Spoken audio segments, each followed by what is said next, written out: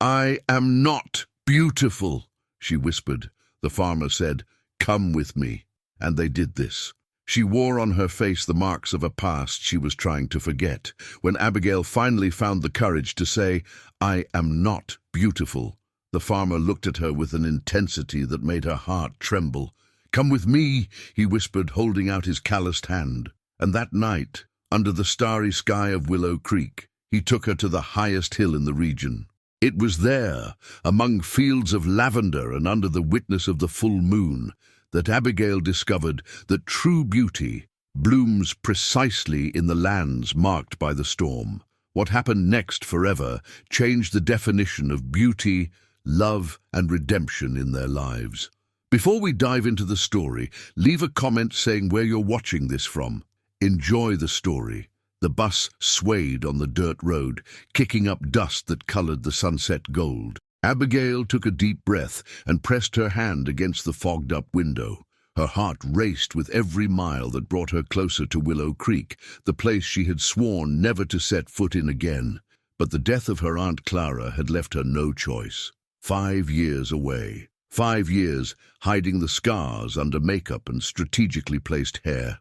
In the big city, she managed to be just the dedicated literature teacher who avoided social events. Here, she would be the girl who survived the fire, the pretty one who became the poor thing. "Next stop, Willow Creek," the driver announced. Abigail adjusted the scarf over the left side of her face and checked her reflection on her phone screen. The burn scars descended from her eye to her chin, like a map of raised reddish rivers. Her hands trembled as she grabbed her small suitcase. The town seemed smaller than she remembered. The scent of jasmine hung in the air, mixed with damp earth. A car was supposed to be waiting to take her to the house that was now hers, but there was no one at the bus stop. "Abigail? Abigail Hayes?" The deep voice startled her. A tall man in a hat with calloused hands approached. His brown eyes analyzed her face without shame. "Jake Stone." He held out his hand. "Your neighbor. A friend of Clara's asked me to pick you up. My truck's over there." Abigail kept her face partially hidden by her hair and followed Jake to a faded blue pickup. The difficulty of facing new people consumed her, and she wondered how long it would be before he looked away in discomfort, as everyone did. "Weather turned suddenly," Jake commented as he drove. "A strong storm's coming in." He wasn't one for small talk, Abigail realized, which relieved her. She discreetly watched his hands on the wheel, calloused and strong. His profile defined against the window, unshaven, skin weathered by the sun. A man of the earth. The sky turned completely dark as they reached the road to Aunt Clara's house. Fat drops began to fall, quickly turning into a violent downpour. "Damn it!" Jake braked sharply. The bridge! Ahead, the small wooden bridge over the creek was partially submerged by the muddy water rushing down. "Can't cross." He hit the steering wheel, frustrated. "And this rain won't let up soon." "What do we do?" Abigail asked, panic rising. "My farm is 2 miles from here. We can wait it out there." Jake maneuvered the truck and turned onto a side road. By the time they reached Stony Ridge Farm, the rain was falling in sheets. Abigail hesitated, getting out of the truck, clutching the scarf to her face. "Run for it!" Jake yelled over the storm, grabbing her suitcase. They sprinted to the porch, but the force of the wind and rain soaked them completely. Abigail felt panic surge as she realized her makeup was running with the water, and the drenched scarf no longer hid anything. They entered the simple but cozy house. The living room was lit by an oil lamp, as the power had gone out. Abigail kept her head down, wet hair plastered to her face. "I'll get some towels," Jake said, leaving her alone for a moment. For the first time in years, Abigail felt completely exposed. The room was filled with antique mirrors on the walls, each one more ornate than the last. In every reflective surface, she saw her marked face, undisguised. The world seemed to slow as she stared at her own multiplied image. Jake returned with towels and dry clothes. As he handed a towel to Abigail, their eyes met in the flickering lamplight. She waited for the moment he would look away, disgusted or embarrassed by her now fully visible scars. But Jake just smiled slightly, his eyes fixed on hers. "Welcome to Stony Ridge Farm, Abigail. The storm gave us a chance to get to know the new neighbor." The rain showed no mercy. Sitting near the fireplace Jake had lit, Abigail wrapped herself in the borrowed blanket. She now wore an oversized shirt of his and tried, unsuccessfully, to keep her hair covering the left side of her face. "Sugar?" Jake asked, offering her a mug of hot tea. Abigail accepted with a shy nod, avoiding his gaze. The silence between them was heavy, broken only by the crackling wood and the roar of thunder outside. "Did you know my aunt well?" She finally broke the silence. "Ms. Clara," Jake smiled, sitting in the worn leather armchair across from her. "Impossible to live in Willow Creek and not know her. A remarkable woman. She taught me almost everything I know about planting." "Really?" Abigail raised her eyes slightly, surprised. "That garden of hers produced the best medicinal herbs in the region. We'd trade knowledge. I'd help with the upkeep. She'd teach me about the properties of the plants." Abigail felt something warm inside her. Aunt Clara rarely had visitors in the city, and knowing she had such a close friend was comforting. "She talked about you a lot," Jake continued, sipping his tea. "Her professor niece from the capital, her pride. I should have visited more." Guilt weighed in her voice. "But after the accident—" She stopped, regretting bringing it up. Jake, however, showed no discomfort. "Sometimes we have to get away to find our way back," he said simply. The silence that followed was no longer awkward. Abigail discreetly observed the room, filled with antiques and photographs. One, in particular, caught her eye. A younger Jake, hugging a pretty woman with a radiant smile and a little boy between them. "My wife, Rachel, and our son, Caleb," Jake explained, noticing her gaze. "Rachel passed away 3 years ago. Cancer." "I'm so sorry," Abigail said, feeling an unexpected connection with this man. They both carried loss. "Caleb's with his grandmother in the city. He comes to the farm on weekends. He's 8 now." A particularly loud thunderclap shook the house. Abigail flinched instinctively. Jake got up and went to a shelf, taking down an old photo album. "Ms. Clara's in here." He showed a photo of her aunt laughing while picking lavender. "That was last year, during the spring festival." Abigail touched the photograph tenderly. Her aunt looked happy, her eyes bright with life. "She never told me about the festival. It's the best time of year. The whole town gathers. There's music, dancing, food." Jake turned a few more pages. "Your aunt always sold the best jams and herbs." The hours passed as Jake showed more photos and told stories about Willow Creek and Aunt Clara. Abigail discovered a side of her aunt she never knew, a sociable woman loved by all. "She saved this for you." Jake suddenly stood up and went to a drawer, pulling out a small carved wooden box. "She asked me to give it to you when you arrived." Abigail opened the box with trembling hands. Inside was an antique silver hand mirror, delicately crafted, with flowers engraved on the frame. "It was her favorite mirror," Jake explained. "It belonged to her great-grandmother." Abigail held the mirror, hesitant to look at her reflection. When she finally found the courage, she saw not only her scars, but also the green eyes she had inherited from her aunt. "She always said you had the prettiest eyes she'd ever seen," Jake commented softly. "I think they're the only pretty thing left," Abigail murmured, lowering the mirror. Jake leaned forward slightly, his eyes meeting hers with an intensity that made her hold her breath. "Beauty is like the plants your aunt grew," he said. "Some bloom on the surface, showy and obvious. Others grow in the depths, revealing themselves only to those with the patience to cultivate them." The comment caught her off guard. For the first time in 5 years, Abigail didn't feel the urge to hide her face. The storm outside began to subside. Jake got up and went to the window. "Rain's letting up," he announced. "As soon as it's light, I can take you to Miss Clara's house." "Thank you for everything," Abigail said, clutching the silver mirror to her chest. "Guest room's ready." Jake pointed down the hall. "Second door on the right." Abigail nodded and stood up. Before leaving the room, she turned back to him. "Jake?" she called softly. "Yes." "Your wife?" She hesitated. "She was very beautiful." Jake looked at the photograph on the wall for a long moment, his face illuminated by the dim light of the fireplace. Rachel taught me that the truest beauty is in our actions, not our faces, he replied simply. Sleep well, Abigail. That night, lying in the strange bed, Abigail fell asleep holding the silver mirror, feeling something new and unexplainable beginning to sprout within her. The first week in Aunt Clara's house brought more challenges than Abigail had anticipated. The farmhouse, set back from the town, was larger and more run-down than the photos had shown. The roof leaked in 3 different places, the plumbing groaned with every use, and the once impeccable garden was surrendered to weeds. On the morning of the 5th day, as she wrestled with a clogged pipe under the kitchen sink, Abigail heard a knock.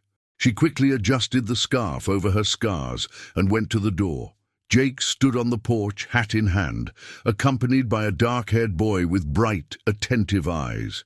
"Morning," he smiled. "Brought some seedlings from the garden. Caleb wanted to meet the new neighbor."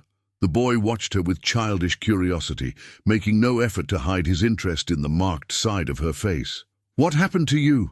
Caleb asked directly, pointing at her face. "Caleb," Jake scolded gently. "It's okay," Abigail assured him, though her heart pounded. She knelt to the boy's level. "It was a fire when I was 23. Sometimes accidents happen." "Does it hurt?" The boy's eyes were wide with genuine concern. "Not anymore," Abigail smiled faintly.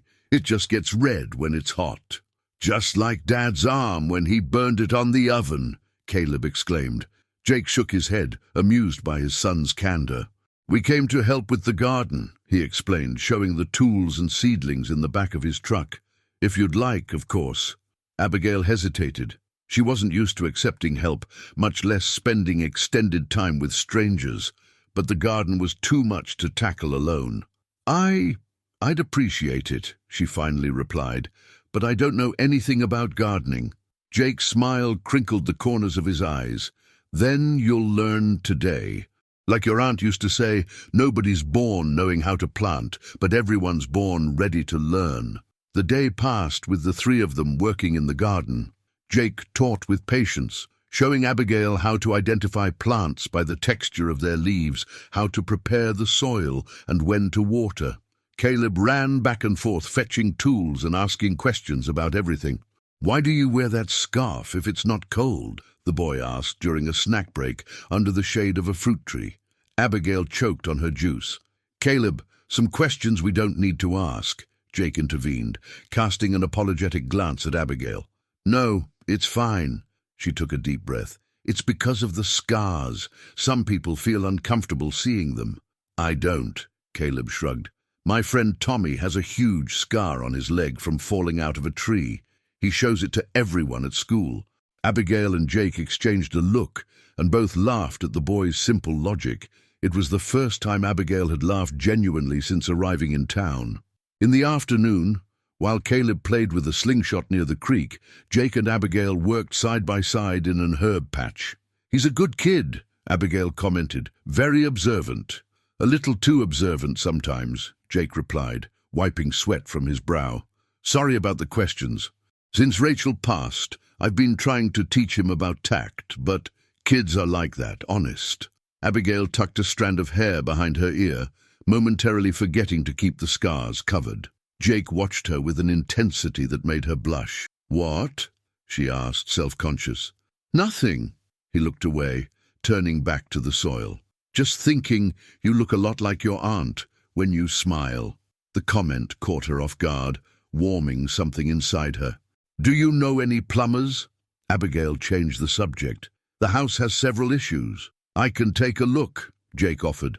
"Running a farm teaches you a lot about repairs." He asked to see the kitchen pipes, and while he worked under the sink, Abigail made more juice. The domestic atmosphere of the last few moments gave her a strange sense of familiarity, as if she had known this man and his son for much longer. "All set," Jake emerged, his hands and shirt damp. "It was just a loose gasket. Swapped it for a new one I had in the truck." "How much do I owe you?" Abigail asked, reaching for her wallet. Jake's expression hardened. "Nothing. We're neighbors." "But you bought the part, spent your time." "I don't take money for helping." His tone was final, almost offended. Miss Clara never charged me for the remedies she made for Caleb when he had a fever. That's how things work around here." Abigail felt reprimanded, like an outsider who didn't know the local customs. The tension hung between them for a moment. "I didn't mean to offend," she finally said. "In the city, everything has a price. It's different here." Jake softened his tone. "Today, I helped you. Tomorrow, who knows? Maybe you'll help me with the farm's spreadsheets. Caleb said you're a teacher." "Literature," Abigail clarified, "not accounting. Still, I bet you're better with numbers than I am." He smiled, breaking the tension. Caleb ran into the kitchen, interrupting them. Dad, there's a bird's nest in Abigail's barn."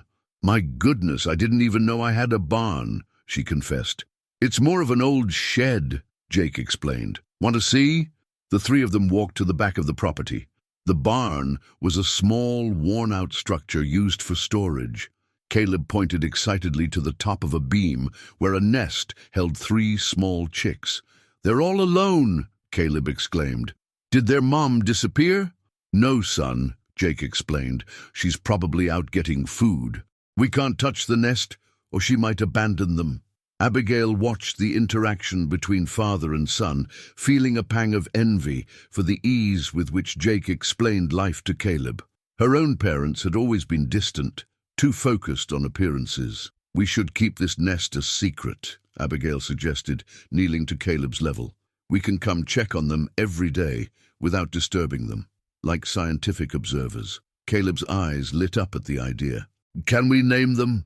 "Of course," Abigail smiled. "How about him, her, and the other one?" Caleb decided, making the adults laugh. As the sun began to set, Jake and Caleb prepared to leave. Abigail walked them to the truck. "Thank you for the help today," she said sincerely. "Are we coming back tomorrow?" Caleb asked hopefully. "I want to see if him, her, and the other one grew." Abigail looked at Jake, uncertain. "If your dad doesn't mind." Before Jake could answer, a luxury sedan pulled into the driveway. An elegantly dressed man got out, followed by a sophisticated-looking woman. "Abigail, darling!" the woman exclaimed, walking forward with open arms. "Mom? Dad?" Abigail turned pale. "What are you doing here?" Dinner at Aunt Clara's house was a scene of contrasts. The rustic wooden table, simple ceramic plates, and worn silverware seemed to offend Abigail's parents, who barely touched the food their daughter had prepared. "Honestly, Abigail, I don't understand why you insist on staying here." Diana, her mother, poked at a piece of chicken with her fork. "This house is falling apart." "It's my inheritance, Mom," Abigail replied, keeping her voice calm. "Aunt Clara wanted me to have it." Robert, her father, wiped his mouth with a paper napkin, clearly uncomfortable. "Clara never had much business sense. This property is worth a small fortune due to its location. We could sell it and buy you a decent apartment in the capital." "I already have an apartment," Abigail argued, "and I like it here." Diana laughed, an artificial sound that made Abigail cringe inwardly. "Darling, you've barely been here a week. What could you possibly like about this place? The pigs? Or perhaps that hillbilly and his son who were here when we arrived?" Abigail felt her face heat up. "Jake is not a hillbilly. He's a respected farmer. And Caleb is a sweet kid." "Oh!" Diana raised her perfectly shaped eyebrows. "Already so intimate. Please, Abigail, don't make the same mistakes as your aunt." "What mistakes?" Abigail asked, confused. Her parents exchanged significant glances. Robert cleared his throat. "Your aunt had an involvement with a local man many years ago. A complete disaster. He abandoned her when he found out she couldn't have children. That's why Clara isolated herself out here, away from society." Abigail absorbed the information, stunned. Her aunt had never mentioned any relationship. "How do you know that?" "I'm her sister, dear," Diana replied. "Of course I know. Clara was always stubbornly romantic, thinking she could live a simple life in the country. You know it didn't work out. She died alone in this decaying house." The words hit Abigail like splinters. Aunt Clara had indeed lived alone, but in the few visits Abigail had made before the accident, she had never seemed sad or regretful. "She looked happy in recent photos," Abigail commented. "Appearances, darling," Diana sighed. Our family has always been good at keeping up appearances, haven't we? The comment carried a weight Abigail knew well. After the accident, her parents had insisted on numerous cosmetic treatments, not out of concern for her pain, but out of shame for the visible scars. "Why did you never tell me about Aunt Clara's past?" "What for?" Robert intervened. "So you could romanticize this rural life even more. You were always like her, Abigail. Too much of a dreamer. That's why you're hiding here now, just like she did." "I'm not hiding," Abigail protested, her voice failing. "I'm starting over." Diana reached across the table, almost touching her daughter's hand, but pulled back at the last second. "Honey, we understand that since the accident you feel different, but running away to the countryside won't heal your scars. In the city, at least, we have the best doctors. I've already scheduled a consultation with Dr. Monroe, that renowned plastic surgeon. He has a new technique that can significantly reduce the marks." Abigail closed her eyes for a moment, breathing deeply. The same conversation, the same arguments, as if the problem were purely cosmetic. "I don't want any more surgeries, Mom. I've already had 7 procedures. Enough." "But Dr. Monroe guaranteed that this time—" "Enough!" Abigail slammed her hand on the table, startling her parents. "I am tired of being a restoration project, except that your perfect daughter doesn't exist anymore." A heavy silence fell over the room. Robert shifted uncomfortably in his chair. "You are still our perfect daughter," he said finally. "We just want what's best for you, and staying here isolated isn't what's best." "How can you know what's best for me when you barely know me?" Abigail challenged. "Since the accident, all you see are the scars, not the person I am." "That's not fair, Abigail," Diana protested. "We paid for all the surgeries, all the treatments. To save the perfect daughter you showed off to your friends, the brilliant teacher with the flawless face." Abigail stood up. "You never once asked what I wanted." The argument was interrupted by a knock at the door. Abigail went to answer, relieved by the interruption. Jake stood on the porch, holding a covered basket. "Sorry to come by so late." He looked embarrassed. "Caleb insisted I bring over these cheese biscuits we made. Said they'd go well with your dinner." Abigail smiled, genuinely touched by the gesture. "Thank you. Come in, please." Jake hesitated, sensing the tense atmosphere in the house. "Better not. I just came to drop this off and—" "Ah, who is it, Abigail?" Diana appeared behind her daughter, scanning Jake from head to toe. "Ah, the neighbor. Good evening." Jake politely removed his hat. "Good evening, Mom. Sorry for the interruption." "Actually, you came at a good time." Abigail grabbed her coat. "I was just needing some fresh air. Can we take a walk?" Ignoring her mother's stunned look, Abigail closed the door behind her and followed Jake onto the dirt path between the properties. The full moon illuminated the path, making flashlights unnecessary. "Trouble?" Jake asked after a few minutes of comfortable silence. "My parents," Abigail sighed. "They want me to sell the house and go back to the city for more treatments." Jake nodded, understanding. "And what do you want?" The simple question took her by surprise. No one had asked her that in a long time. I don't know," Abigail admitted, "but I know I don't want to go back to the life I had. Hiding in an apartment, avoiding people, covering every inch of marked skin." They reached the creek that separated the properties. Jake sat on a large rock by the water's edge, and Abigail did the same. "When Rachel got sick," Jake began, "everyone had an opinion on her treatment. Her family wanted expensive doctors in the capital, while I preferred she stay on the farm, where she was happy. In the end, I let everyone else decide for me, for us. She died in a cold hospital, far from the land she loved." Abigail felt a lump in her throat. "I'm sorry. The point is, don't make the same mistake." Jake looked directly at her. "It's your life to decide. Not your parents, not me, not anyone else can choose for you." "But what if I choose wrong?" "Then it'll be your mistake to own," he smiled gently. "Better than living with someone else's." The simplicity of the answer touched Abigail deeply. For a moment she felt truly seen, beyond the scars, beyond the tragedy. "I found out my aunt had a romance with someone from here," she commented, changing the subject. "My parents said he abandoned her when he found out she couldn't have children." Jake frowned, looking surprised. That's not the story I know. What do you mean? Your aunt told me she was in love with the old shop owner, Mr. Peterson, Jake explained. But she was the one who ended it when his family rejected her because of her medical condition. She chose her dignity. Abigail absorbed the information, realizing how her mother's narrative twisted reality to serve her own purposes. What else do you know about her that I should? Abigail asked. Jake looked at the moon reflected in the water. I know she used to dance alone in the garden on full moon nights. He smiled at the memory.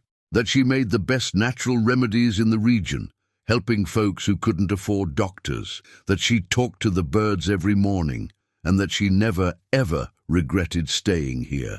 Silent tears streamed down Abigail's face as she discovered a version of her aunt she had never known.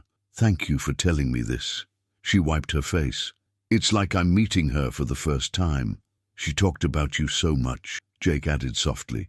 Said you had the same strength she did, even if you didn't know it yet. Abigail touched the marked side of her face, thoughtful. After the accident I hid. From life, from people, from myself, she confessed. This town scares me because everyone here remembers what I was like before. And what were you like? Jake asked. Confident, joyful, full of dreams, beautiful. Jake picked up a flat stone and skipped it across the water, creating concentric rings. Maybe the real Abigail is just asleep, not lost. I am not beautiful, she whispered, the words escaping before she could stop them. Jake looked at her, his eyes reflecting the moonlight, intense and true. Come with me to the town festival tomorrow, he said simply, and I'll show you what beautiful really means. The morning of the Willow Creek Spring Festival dawned bright and clear. Abigail watched from the window as her parents loaded their suitcases into the sedan. Our offer still stands, Robert said, closing the trunk. We can come back in 2 weeks to get you. Think about it. Abigail gave her father a brief hug. I'll think about it, Dad. Thank you for understanding I need time. Diana adjusted the scarf on her daughter's neck, a mechanical gesture meant to be affectionate. We just want to see you happy, dear, she said, away from prying and pitying eyes.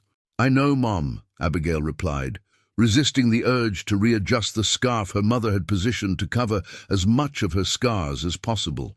After her parents left, Abigail went back inside. The previous night, after her talk with Jake by the creek, she had spent hours thinking about his invitation to the festival. The idea of facing the whole town, people who knew her before the accident, made her stomach churn with anxiety.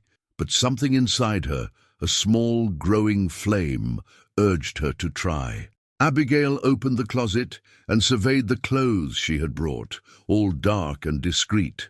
At the bottom of her suitcase, she found a pale blue dress her colleague had packed, insisting that light colors would look good on her. At the time, Abigail had scoffed at the idea. She picked up Aunt Clara's silver mirror and looked at her reflection for a long time. The scars hadn't changed, reddish lines descending from her left eye to her chin, with different textures that seemed to map an unknown territory. But for the first time in years, Abigail allowed herself to look past them, at the green eyes that so reminded her of her aunt, at the lips that could still smile. 2 firm knocks on the door interrupted her thoughts. Jake was there, wearing a dark blue button-down shirt and clean jeans, his usual hat missing. Caleb, beside him, was in a matching outfit. "Morning!" Caleb exclaimed, excited. "Are you coming with us to see the ponies at the festival?" Abigail hesitated, still holding the mirror. There'll be food, music," Jake added. "The whole town gathers. Miss Clara never missed it." The mention of her aunt strengthened her resolve. "Give me 10 minutes," Abigail said, surprising herself. When she returned to the door, she was wearing the pale blue dress, her hair pulled back in a loose bun, with a few wisps framing her face. The scarf, instead of covering her scars, was elegantly tied around her neck. Jake watched her with a look that made her heart race. "You look—" He seemed to be searching for the right word. "Pretty," Caleb finished innocently. Abigail felt her face flush, not with shame, but with an emotion she had forgotten how to feel. Jake's truck dropped them off at the Willow Creek Town Square, already bustling with colourful stalls, banners and music. Abigail immediately felt the stares, some discreet, others not so much. She instinctively raised a hand to her face. Jake gently touched her elbow. "Breathe," he whispered. "I'm right here. And it's not as bad as it seems." Caleb was already running toward a game booth. Abigail took a deep breath and took her first step into the festival. To her surprise, the first person to approach her didn't mention her face. "Abigail, my goodness, how you've grown!" An older woman hugged her warmly. "I'm Mrs. Davis, your aunt's friend. Do you remember me?" Abigail smiled, relaxing a bit. "Of course, Mrs. Davis. You made those wonderful cinnamon cookies. And I still do. Come, try one. They're at my stall." She looked at Jake with a mischievous grin. "I see Jake is taking good care of you. Clara would be so happy." As they walked through the stalls, more people approached. A few glanced curiously at her scars, but most seemed more interested in sharing childhood memories of Abigail or stories about Aunt Clara. "Your aunt won the jam competition 5 years running," said Mr. Henderson, the shop owner. "This year, nobody dared to compete in the blackberry jam category." "I have a few jars in the pantry," Abigail commented, "made by her last year." "A treasure," the man exclaimed. "You know, you could learn the recipe, continue the tradition." The idea of continuing something her aunt loved touched Abigail deeply. She glanced at Jake, who was watching her with a warm smile. "Maybe I will," she replied.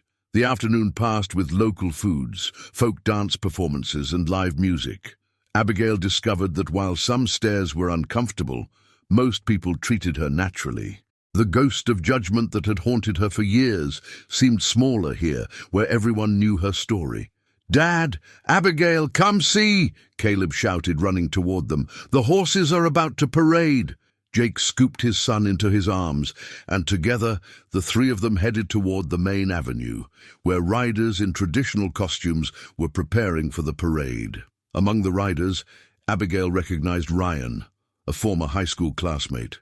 He had been her first teenage crush before he left to study veterinary medicine. Now, mounted on an imposing black horse, he saw her in the crowd, and his face registered a momentary shock as he noticed the scars. Abigail felt her stomach drop. Ryan's smile, however, quickly returned, and he waved enthusiastically. "Abigail Hayes!" he exclaimed, dismounting and approaching. "Long time no see! I heard you inherited Miss Clara's house." "Hi, Ryan," she replied, trying to keep her composure. "Yes, I'm living there now." "That's great." He glanced briefly at Jake and Caleb. "Do you two know each other?" "We're neighbors," Jake replied, extending his hand. "Jake Stone." Ryan shook the offered hand with a calculated smile. "Ah, from Stony Ridge Farm. I've heard." He turned back to Abigail. "I have to get back to the parade, but I'd love to catch up. Dinner tonight?" Before Abigail could answer, an elegant woman approached, linking her arm with Ryan's. "Darling, we're running late." She looked at Abigail with curiosity. "Aren't you going to introduce me?" "Right. Abigail, this is Jessica, my fiancée." "Jessica, Abigail is an old friend from high school." Jessica smiled politely, but her eyes lingered on Abigail's scars. "A pleasure. Ryan mentioned you. The teacher from the capital who had that terrible accident, right?" The comment, though perhaps not ill-intentioned, hit Abigail like a blow. "Is that how Ryan described her? The girl from the terrible accident?" "My pleasure," Abigail replied automatically, feeling the mask of cordiality she had worn for years slip back into place. "So, dinner," Ryan insisted. "It would be great to remember the old days." Abigail felt Jake's hand discreetly touch her back, a silent gesture of support. "Thanks for the invitation, but we already have plans for tonight," she replied, surprising herself with the firmness in her voice. "Maybe another time." Ryan looked slightly disappointed, but nodded. Sure. Next time. It was good to see you, Abigail." He hesitated for a moment, then added, "You look different." After Ryan and Jessica left, Abigail stood in silence, processing the encounter. Jake respected her space, helping Caleb buy cotton candy from a nearby stall. "I've known Ryan since we were kids," Abigail finally said when Jake returned. "We were close before he left for college." Jake nodded, not pushing. "He described me as the teacher who had that terrible accident," she continued, her voice trembling. "As if that's all I am now. A terrible accident." "Some people can only see what's on the surface," Jake replied calmly. "Like lazy farmers who don't dig deep enough to find water." The analogy drew a small smile from Abigail. "Do you always have these farming comparisons?" "It's what I know," he shrugged, smiling. "Just like your aunt had her comparisons with plants and herbs." The mention of her aunt brought an idea to Abigail's mind. "I want to visit her grave," she said. "Is it here in the local cemetery?" Jake nodded. "In the churchyard. I can take you there later if you like." Night fell on the festival, bringing colorful lights and more lively music. Caleb, exhausted from all the games, fell asleep in his father's arms. "I think I'd better get him home," Jake said. "Do you want to leave, or would you rather stay a bit longer?" Abigail looked around, soaking in the festive atmosphere. "I can stay a bit longer and walk back. It's a beautiful night." "Are you sure?" Concern was evident on his face. "Absolutely," she smiled. "I want to enjoy it a little more." Jake looked at her intensely, as if he wanted to say something important, but he just nodded. "I'll see you tomorrow, then." A week passed since the spring festival. Abigail had thrown herself into restoring the house, as if every painted wall, every repaired window, represented a part of herself being rebuilt. But there was an emptiness that bothered her. Jake and Caleb hadn't appeared once. On Friday afternoon, as she pruned the rose bushes in the front garden, Abigail glimpsed Jake's truck driving down the road without stopping. A pang of disappointment hit her, stronger than she wanted to admit. The house, once just an inheritance, was beginning to feel like a home. Abigail had unpacked her aunt's old books, discovering journals and notebooks of medicinal recipes. She spent her nights reading, learning about herbs and treatments, fascinated by this side of her aunt she had never fully known. That night, leafing through one of the older journals, Abigail found an entry that made her stop. "Today I understood that loving someone doesn't necessarily mean having them. Joseph told me he can't leave his family to be with me. He says that love sometimes needs to be a seed kept safe, not a planted tree. It hurts, but I understand. Perhaps love is also knowing when to walk away." Abigail frowned, confused. "Joseph? Was it the same name as Jake's grandfather? A coincidence?" She continued reading, discovering that the Joseph from the diary was Joseph Peterson, the man her aunt had loved. He was married when he fell in love with Clara, and although the feeling was mutual, he never left his wife. The revelation brought a new perspective to her aunt's solitary life. It wasn't abandonment or rejection for not being able to have children, as her parents had said. It had been a choice of dignity, of not destroying a family, even if it meant giving up her own love. The sound of a vehicle parking interrupted her thoughts. Through the window, Abigail saw Jake's truck. She quickly fixed her hair and went to answer the door. Caleb ran to her as soon as the door opened, giving her an unexpected hug. "Abigail, we missed you," he exclaimed. "We brought pizza." Jake hung back, holding a pizza box, and looking strangely hesitant. "I hope this isn't an intrusion," he said formally. "Of course not." Abigail opened the door wider. "Come in, please." The formality between them was new and uncomfortable. In the kitchen, as Abigail got plates, she noticed how Jake avoided looking directly at her. "I haven't seen you all week," she commented casually. "Been busy?" "Yeah," Caleb answered cheerfully, oblivious to the tension. "We built new fences, planted corn, and Dad taught me how to milk Buttercup." Abigail smiled at the boy's enthusiasm. "That sounds like fun. And how are our friends from the nest?" "They flew away." Caleb spread his arms, mimicking a bird. "Dad said they grew up and now they have to find their own way." "Wise as always," Abigail commented, glancing at Jake, who finally met her eyes. "Actually, I wanted to apologize," he said as Caleb attacked the pizza, "for disappearing like that." "You don't owe me an explanation," Abigail replied, more hurt than she'd like to admit. "Yes, I do," Jake insisted. "After the festival, I thought maybe we were intruding too much on your life." I saw you talking with Ryan and thought maybe you'd prefer to reconnect with old friends instead of spending time with a widower farmer and his chatty son," he finished with a shy smile. Abigail felt her heart speed up. "Jake, she hesitated, unsure what to say. "Ryan is the past. He showed up after you and Caleb left, a little drunk, saying things he shouldn't have." Jake's expression hardened. "Did he bother you?" "Nothing I couldn't handle," Abigail assured him, "but it made me realize something important. I'm not the girl he knew anymore, nor do I want to be. I like who I'm becoming here." Jake's eyes softened. "And who is that?" Abigail smiled, feeling a new confidence. "Someone who isn't hiding anymore, who's learning to look in the mirror without looking away." The dinner proceeded more lightly after that. Caleb told stories from school. Jake shared plans for the next harvest, and Abigail talked about her aunt's journals she was reading. "I found out she had a secret love," Abigail commented. "A man named Joseph Peterson." Jake stopped eating, surprised. "Joseph Peterson was my grandfather." "Your grandfather?" Abigail almost choked. "He owned the shop before Mr. Henderson," Jake explained. "He passed away almost 10 years ago. My father told me once that he had been in love with a woman from the city who moved back here, but I never thought it was Miss Clara." The coincidence seemed almost mystical. Abigail thought about fate intertwining their lives across generations. "Your aunt probably wouldn't have wanted me to know that," Jake commented, looking embarrassed. "On the contrary," Abigail smiled. "I think she'd be thrilled to know that, in a way, our paths crossed because of her."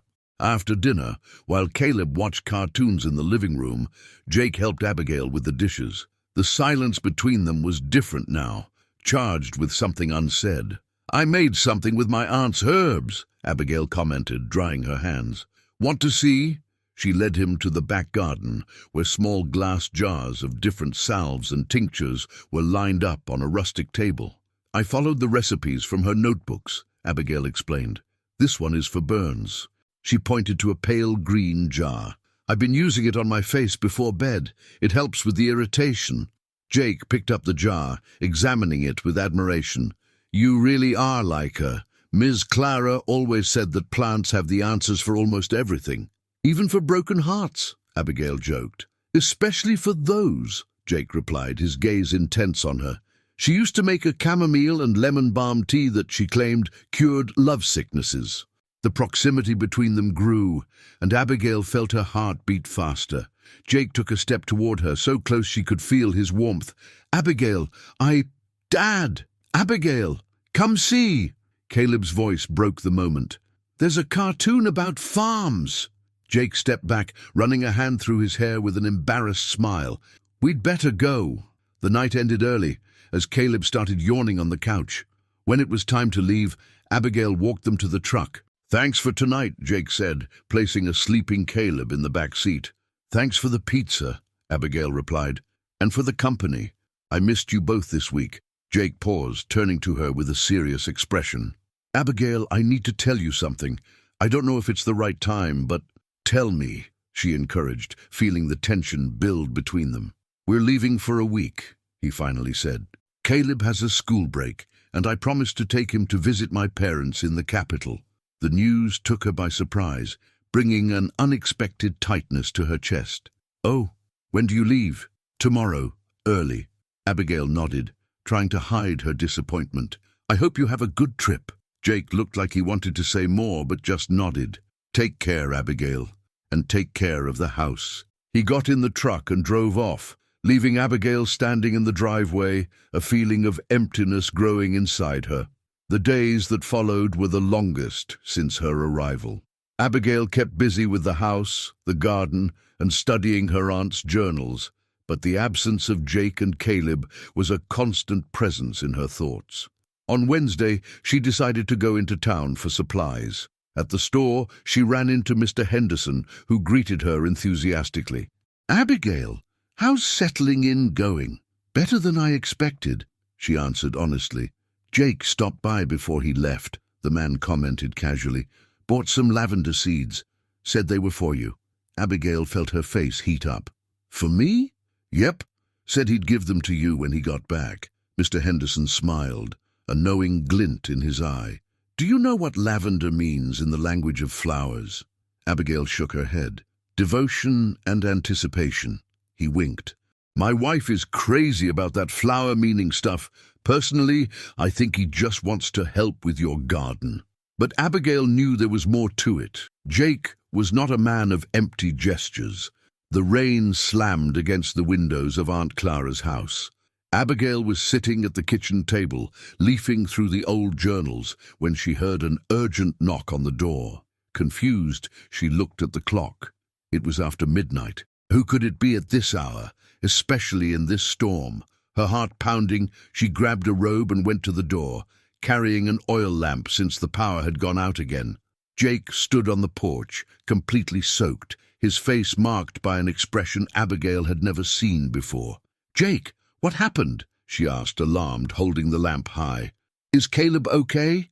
"He's fine," he answered, his voice rough. "He's with my parents. I came back early." "Come in, you're drenched." Abigail opened the door wider, letting him pass. Jake stepped inside but didn't move past the entryway. Water dripped from his clothes, forming puddles on the wooden floor. His eyes, intense as the storm itself, locked onto hers. "I couldn't stay away," he admitted, his low voice nearly swallowed by the sound of the rain. "I tried, Abigail. I told myself it was too soon, that you need time, that maybe you don't even feel the same, but—" Abigail whispered, her heart beating so loud she was sure he could hear it. "But every minute away from you felt like an eternity." The words hung between them, heavy with meaning. Abigail took a step toward him, closing the distance. "I missed you too," she confessed. "More than I should have." Jake raised a hesitant hand, his fingers hovering inches from her face, near the scars but not touching them. "May I?" he asked, his voice barely a whisper.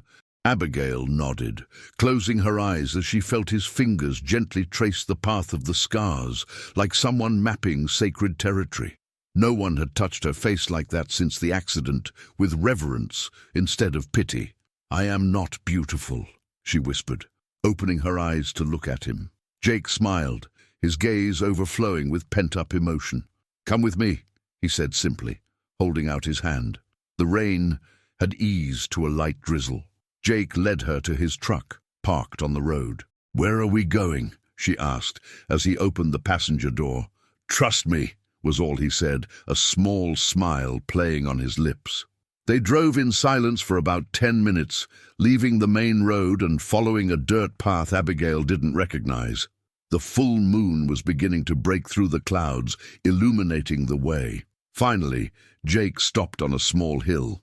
From the top, they could see all of Willow Creek, the house lights like tiny stars scattered in the dark valley. "Come on," he said, getting out of the truck and extending a hand to help her down. In the center of the hill stood a large, ancient tree, its roots spreading like veins in the ground. The leaves still dripped from the recent rain, creating a soothing sound. "What is this place?" Abigail asked, looking around enchanted. "This place is special to me," Jake explained. "My grandfather Joseph used to bring me here when I was a kid. He said from here you could see the whole world that mattered." Abigail gazed at the stunning view, feeling the magic of the place.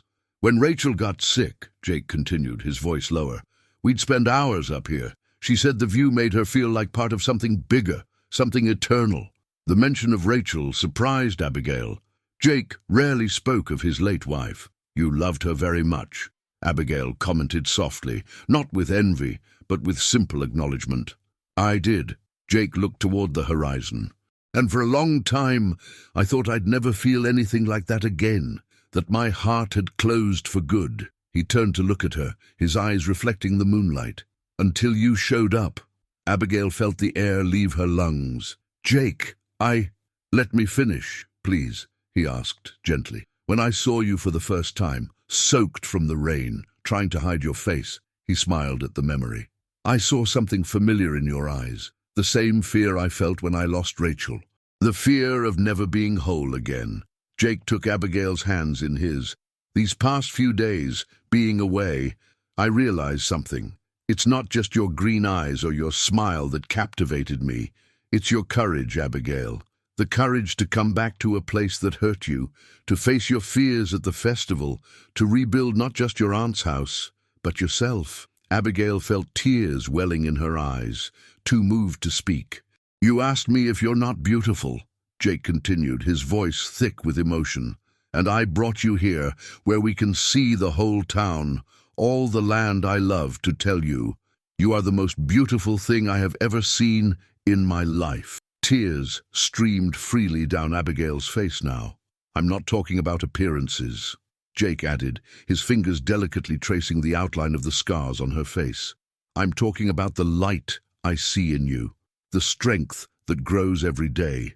That is beauty, Abigail, the real beauty that remains when everything else fades. Abigail closed her eyes, letting his words seep into all the dark corners of her soul where doubt and self-rejection had lived for so long. For years, she began, her voice trembling, I lived like a ghost, neither alive nor dead, just existing in the shadows, afraid of the stares, the questions, the rejection.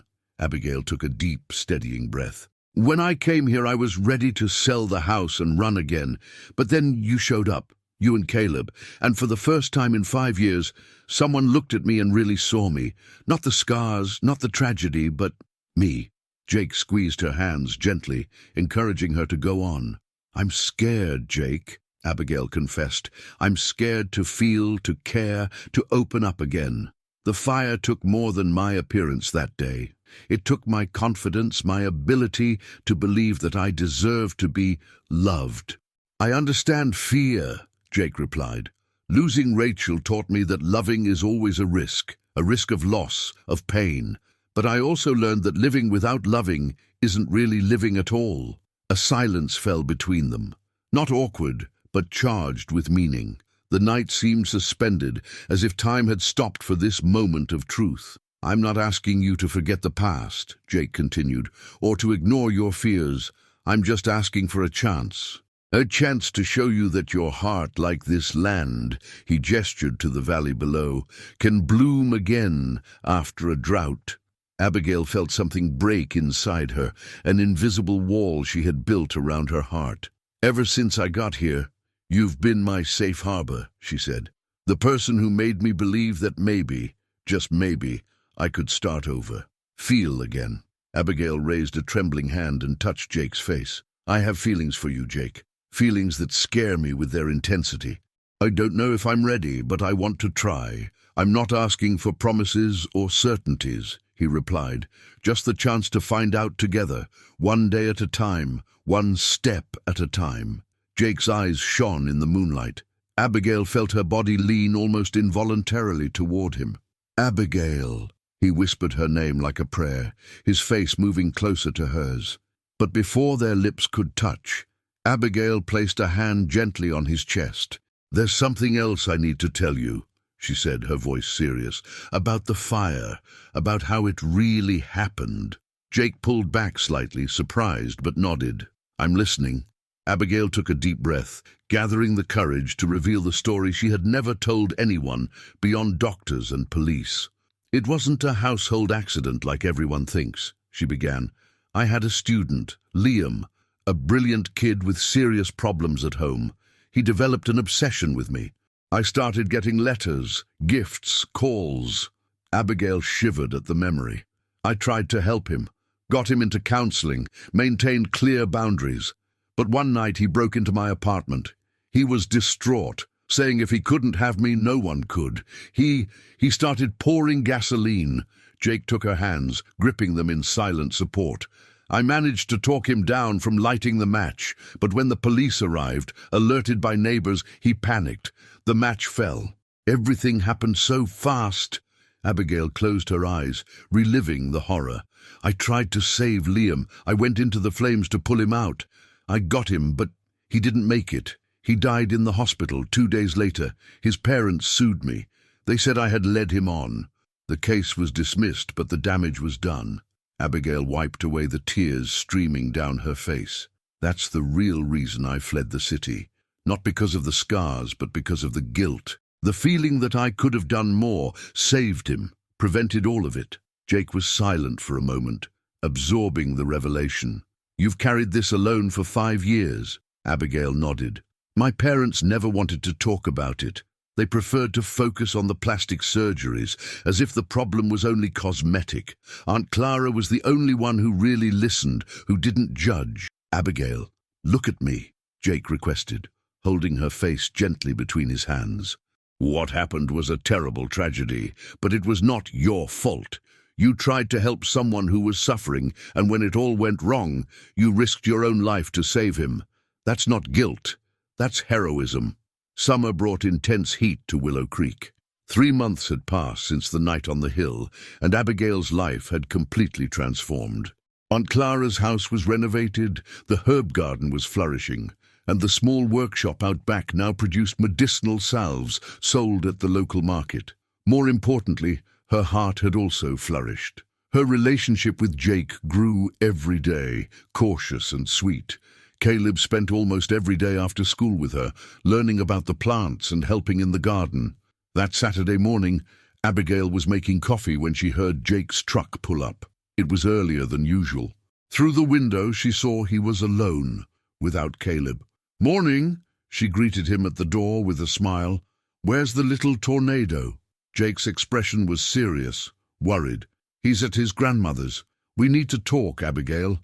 It's important." She felt a tightness in her chest. In recent months, she had learned to read Jake's expressions like an open book. "What's wrong?" He followed her into the kitchen, declining the offered coffee. "I had a visitor last night, Ryan." Abigail frowned, confused. Since the festival, she hadn't seen her former classmate. And what did he want? "Apparently, the town council is planning to build a luxury resort in the area." Jake ran a hand through his hair, a gesture he made when he was nervous. "They're buying up property, and according to Ryan, your house is key to the project." Abigail sat down slowly, taking in the information. "And he came to talk to you because he knows we're together," Jake sighed. "He offered me a commission if I convinced you to sell, a very generous commission." A heavy silence fell between them. Abigail processed what that meant. "You know I would never sell this house," she finally said. "It's all I have left of Aunt Clara." "I know," Jake nodded. "And that's exactly what I told him." Abigail watched Jake's face carefully.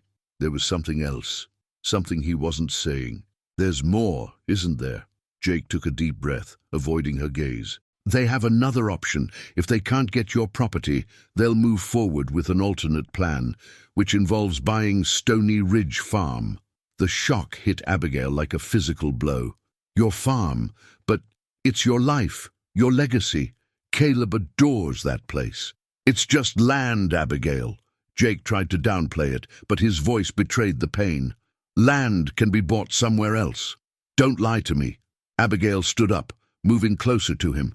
"That farm is more than land to you. It's where you were born, where you raised your son, where you lived with Rachel. It's your heart." Jake finally met her eyes. "And so are you." The simplicity of the confession completely disarmed her. "What can we do?" Abigail asked, sitting beside him. "Not much." Jake took her hands in his. "Ryan made it clear the council has already approved the project. It's just a matter of which property they'll use." "So, it's one or the other," Abigail murmured. "Either Aunt Clara's house or Stony Ridge Farm." "Exactly." At that moment, Caleb burst through the kitchen door, interrupting the conversation. His cheeks were flushed with excitement. "Abigail! Look what I found on the road!" He held out his hands, showing a baby bird that had fallen from its nest. "Can we take care of it?" The boy's arrival brought a pause to the difficult conversation. Abigail and Jake spent the morning helping Caleb build a temporary shelter for the bird, promising to return it to the wild when it was strong enough. In the afternoon, while Caleb went to play by the creek, Abigail and Jake sat on the porch, resuming their interrupted talk. "How much time do we have?" she asked. "1 week to decide," Jake replied. "After that, they'll move forward with legal expropriation procedures." "They can do that?" "Unfortunately, yes. They claim public interest, economic development for the region. Ryan has strong connections on the council." Abigail thought about her life before Willow Creek. The lonely apartment in the city, the sleepless nights, the fear of going out. She compared it to the last few months, the garden blooming under her care, the friendships she'd made in town, the love growing between her and Jake, her affection for Caleb. Maybe we should fight, she suggested. Mobilize the community, challenge the legality of the project. I've already tried that route, Jake confessed. I spoke to some neighbors last night. Most of them are in favor of the resort. It means jobs, tourism, money circulating in the town. Abigail felt helplessness rise within her. No solution seemed possible. The week that followed was tense. Abigail and Jake tried several alternatives. They consulted a lawyer, spoke with the mayor, researched preservation areas that could block the project. Nothing worked. On the eve of the final deadline, as Abigail watered the garden at sunset, she had an epiphany, a memory of something Aunt Clara had written in one of her journals. Sometimes the greatest act of love is to give up what we value for someone we love even more. That night, alone in her room, Abigail made a decision. She picked up the phone and made a call she never thought she would. The next morning, when Jake arrived at the house, he found Abigail on the porch, holding a folder of documents. "What's that?" he asked, sitting beside her. "The solution," Abigail replied, her voice calm despite the storm inside. "I called my parents last night. They're going to buy Aunt Clara's property as intermediaries. Then they'll sell it to the council." Jake looked at her, stunned. "Abigail, no, this house means everything to you. This is where you found yourself, where you got your life back." "No, Jake," she smiled sadly. "It wasn't the house that saved me. It was the people, you, Caleb, the community that took me in. And as for Stony Ridge Farm, that's the legacy you need to leave for Caleb, the place where his name means something, where his history is rooted. But what about you? Where will you live?" Jake's voice was thick with emotion. Abigail took a deep breath, steeling herself for the most important question she had ever asked. "That depends on you," she said softly. "Is there room for me on the farm?" Jake's eyes widened as he understood the meaning of her words. "Abigail, are you asking me to share a life?" she finished. "A house, a future, if you want to." Jake was silent for a moment that seemed an eternity. When he finally spoke, his voice was rough with emotion. "I've been waiting months to ask you this," he confessed, "but I wanted to give it time. I didn't want to rush you. Are you sure, Abigail?" She nodded, feeling a peace that contradicted the magnitude of the decision she had made. "I've never been more sure. Aunt Clara taught me, through her journals, that sometimes we have to lose something to find something greater. She lost a great love, but she found her own strength. I'm just trading walls and a roof for the chance to build a real home." Jake held her face between his hands, looking at her with an intensity that made her heart race. "I love you, Abigail Hayes. I've loved you since that first night in the storm, when I saw your courage behind the scars. And I love you, Jake Stone," she replied, the words flowing naturally without fear, "for showing me that I am more than my marks." The kiss that followed sealed not only a promise of love, but of a new beginning, a sacrifice transformed into a gift. Autumn painted the leaves gold as the moving truck pulled up in front of Aunt Clara's house. Abigail watched from the porch as workers loaded furniture and boxes. Every object that left the house seemed to take a piece of memory, of history, with it. Jake stood beside her, holding her hand firmly. "We can still back out," he whispered. "We'll find another way." Abigail shook her head gently. "No, the decision is made, and it's the right one." In the past week, she had carefully selected what to take: her aunt's journals, the silver mirror, the medicinal recipes, seedlings from the herb garden. The rest, furniture, appliances, dishes, would be left behind, part of a past that was now closing. "Abigail!" Caleb ran up to them, holding a small package. "Look what I found in the attic." It was hidden behind some old boxes. He handed the package to Abigail. It was a small wooden box with the initials C.H. carved on the lid, Clara Hayes. With trembling hands, Abigail opened the box. Inside was a yellowed envelope addressed to her, along with a small silver brooch in the shape of a lavender sprig. "It's my aunt's handwriting." Abigail murmured, opening the envelope. The letter was dated 2 weeks before Clara's death. My dearest Abigail, if you are reading this, it means you found your way back home, even if only to say goodbye.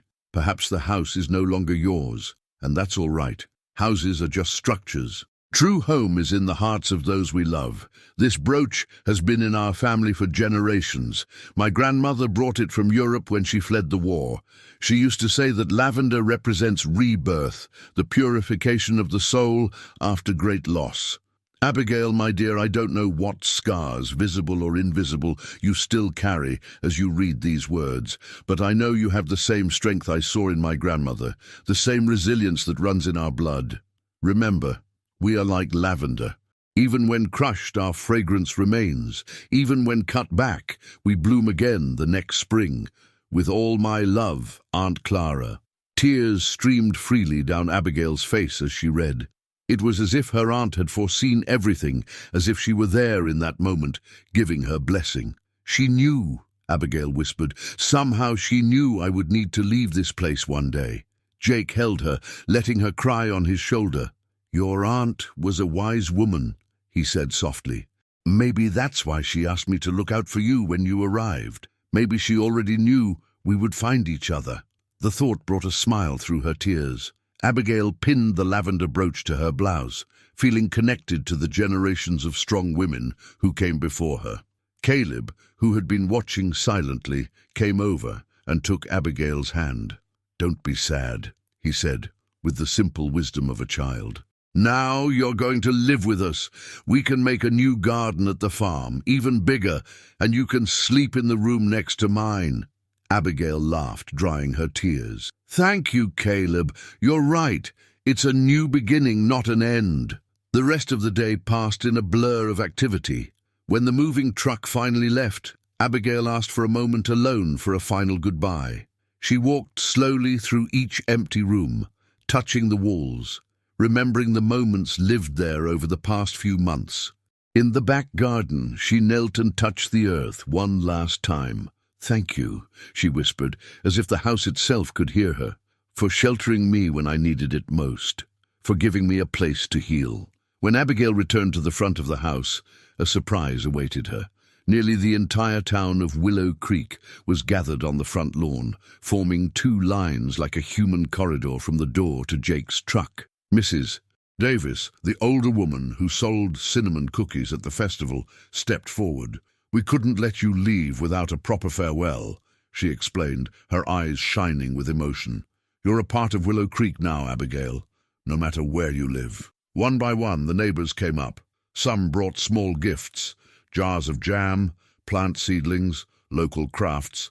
Others simply hugged her and wished her happiness. Mr. Henderson, the shop owner, handed her a package. Your aunt's jam recipes, he explained. I found them written in an old notebook she left with me. Thought you should have them.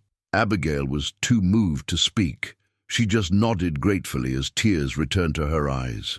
When it was Ryan's turn, Abigail felt Jake tense beside her. But to her surprise, the veterinarian looked genuinely remorseful. I'm sorry for everything, Abigail, he said, holding out his hand. For how I acted at the festival and for my part in this resort project. I didn't realize it would mean so much to you. Abigail accepted his handshake, feeling the weight of resentment dissipate. Everything happens for a reason, Ryan, she replied, smiling faintly.